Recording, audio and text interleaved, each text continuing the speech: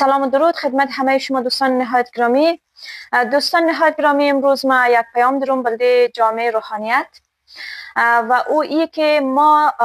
کسایی را داریم که با پوشش روحانیون، با طرز گفتار روحانیون و یکی خواندن قرآن کریم را بلد شدن و فقط سواد خواندن نوشتن را دارن، این تعداد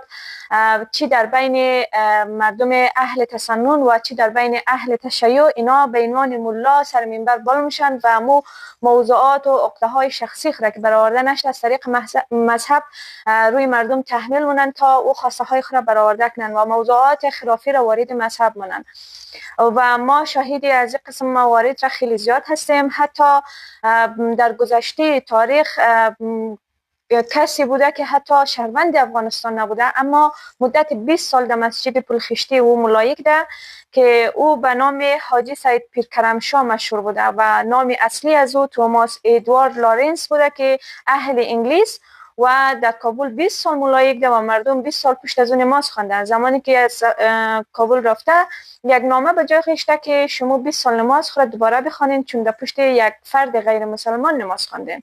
و در اون مدت تلاش بر تفرقه افغانی داشته ده و تلاش بر از که جنگ های مذهبی را از ایجاد کنه او داشته بوده. و یک قسم ما ملاهای دیگر هم داریم که امروز در بین اهل تسنن اینا روی منبر بلند میشن، حتی از بیانات گفتارش معلوم میشه که اینا سواد کافی ندارن، اما موضوعات را مطرح مونن که کوشش نه که تفرقه بندازنه و تلاش مونه که مردم را با موضوعات خرافی اونا را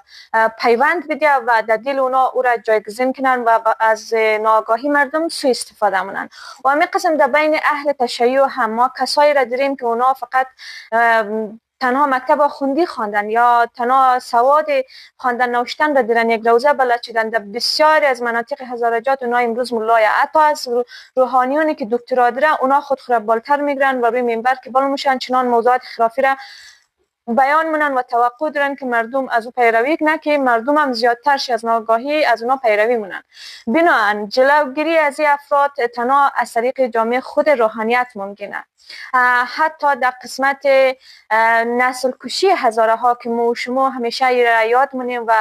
خیلی دردیده هستیم، در دوران عبدالرحمن حکم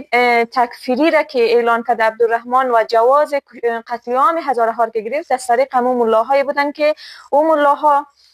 پایبندی به دین و مذهب نداشتن و هزاره ها را کافر اعلان کردن و جواز داد بلده عبدالرحمن که تا مردم هزاره را قتل عام کنن. و امروز هم در بین هزاره ها به خاطر از یک هزاره ها را